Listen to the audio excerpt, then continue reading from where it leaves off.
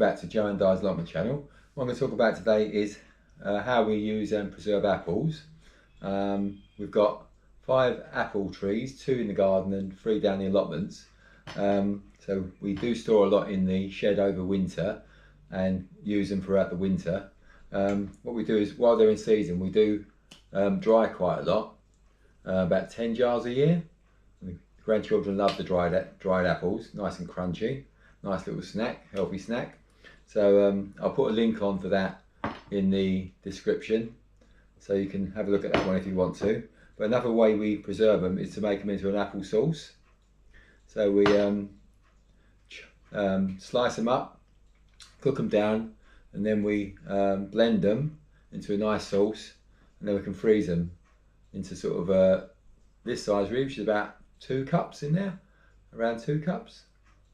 So yeah, and they're quite useful to make cookies with, or we can combine it with pureed rhubarb or plum, make a nice little pudding, we add some oats in it. So they've got various uses, but they make a lovely cookie and biscuits actually. So I think once we've cooked down the sauce, we'll show you how we make apple and oat cookie at the end of this video. So we slice them up. We keep the peel on. I mean, some people peel them, but there's a lot of nutrition in the actual skin of an apple, so we tend to keep the skin on as well. So we sort of slice them up into pieces, and then we'll put it into a pan with a tiny little bit of water in the bottom, just to cook them up. And once they're cooked down, they don't take very long to cook down, we'll blend them together. So 1 box of apples, ended up as about half a saucepan's worth of apples.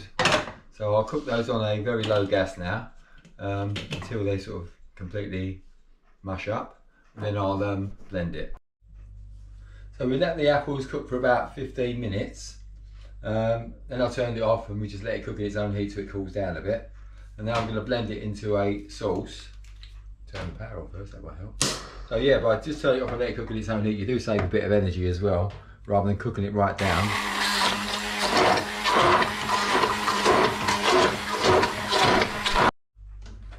So that's blended right down into a nice sauce now.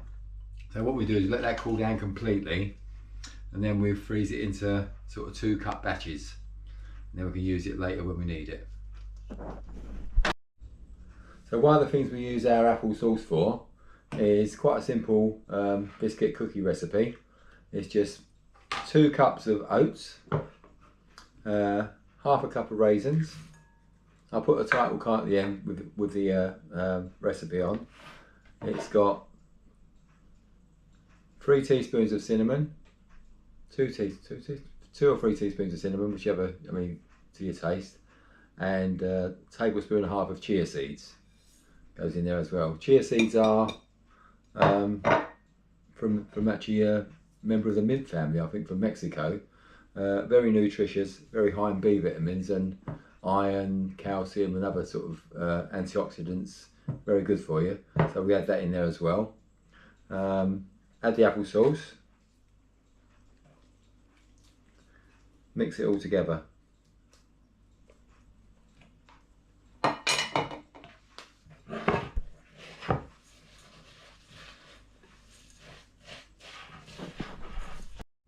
So give that a thorough mix, and now we'll let that stand for 10 minutes.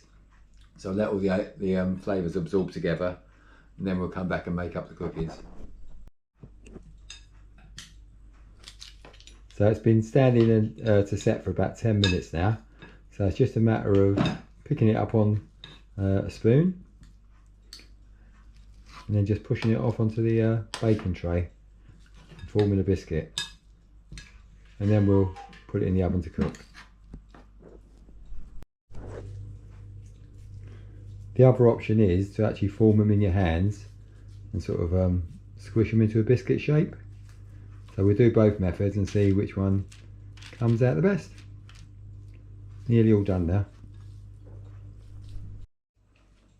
So that's the final cookie biscuit done. The ones we rolled up have stayed together quite well, and the ones we've blended off the spoon have stayed together quite well as well. So that's a nice low calorie, no fat biscuit using some of our apple sauce that we made. Hope you give it a try and enjoy it. Let us know in the comments, give us a like, and thanks for watching. Hope you enjoy it. Give it a try.